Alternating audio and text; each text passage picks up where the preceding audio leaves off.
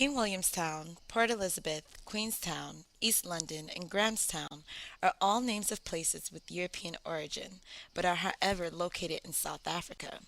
These names, as well as many others in the Eastern Cape, have become a contested issue amongst government officials as well as citizens. Institutions, cities, buildings, and street names have all been considered for modification. There are many concerns that are raised about this issue, both moral and practical. These names changes are a part of many cultural changes which have happened since the end of apartheid in 1994. However, name changes are a major issue because the old names, particularly in King Williamstown, remind black people of the colonial past of South Africa, and therefore government officials feel the need to change these names. However, many people disagree with the policy of renaming. Those who agree with the policy of renaming believe that the old names are reminiscent of past oppression. For example, the name King Williamstown itself refers to something completely outside of Africa. It also symbolizes attempts to colonize and Europeanize Africa. They also hold that the changing of names helps to unify a nation. For instance, new names that are created during a time in which racial harmony is the goal would aid in the process of achieving Nelson Mandela's goal of a unified rainbow nation. Some also feel that the changing of names will correct historical wrongs and reflect the history of the majority.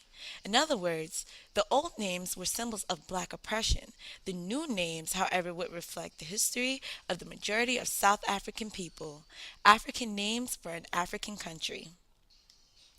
There are some people who support renaming, however, they believe that it should be done carefully.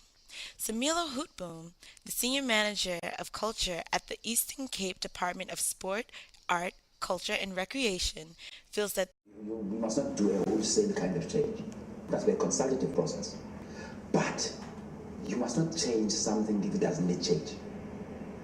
So those things that are offensive, yes, by all means, change them so that you can not offend any population group.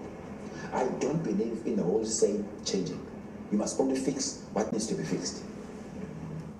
Still, there are many people who disagree with the notion of renaming places. They feel that the functions of institutions are more important than the name.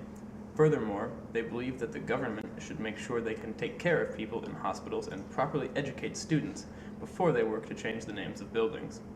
People also have pride in the names of their cities, and although the names have European derivations, they still hold them dear.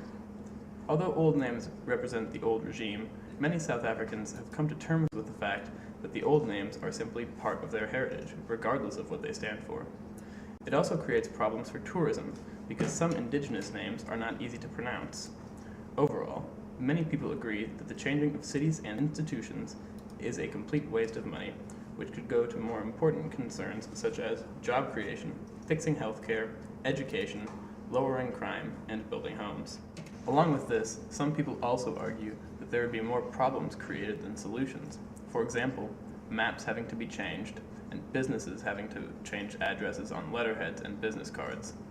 Changing names can also offend people in a country that has so many different racial and cultural groups. Most of the names being changed are old European names that are now being Africanized. Historian Jeff Pires points out, In this province, I think the white community, there's no great resistance to it. I think they see that it's something that has to come. The Geographic Names Committee creates the criteria for and oversees these changes. The committee looks at changing place names that were offensive, corruptions of African languages, misspelled, or European. Evidence of these changes can already be seen in King Williamstown. The local museum was formerly called the Kaffrarian Museum. However, because of the derogatory connotation of the word Kaffir, it was changed to the Amatola Museum, which reflects the local mountain chain and local culture. Stefani Victor, who is a historian at the Amatola Museum, felt that because of the museum's previous name, we did get some flack that people felt that they were not at home here, that we were alienating people, and if that's what a name does, maybe it's time to change it. King Williamstown itself has also officially been changed to Ekonte, which is a Xhosa word. Curiously, the area Kaffrarian Heights, which was once an all-white neighborhood, has not been changed.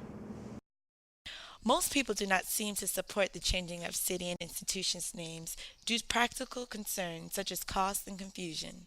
On the other hand, those who do support change, mainly the government, do so in attempts to honor heroes of the anti-apartheid movement, help aid in reconciliation, and pay tribute to an African culture. The issue is mainly one of practicality versus ideology. South African people simply will have to decide which is more important to them.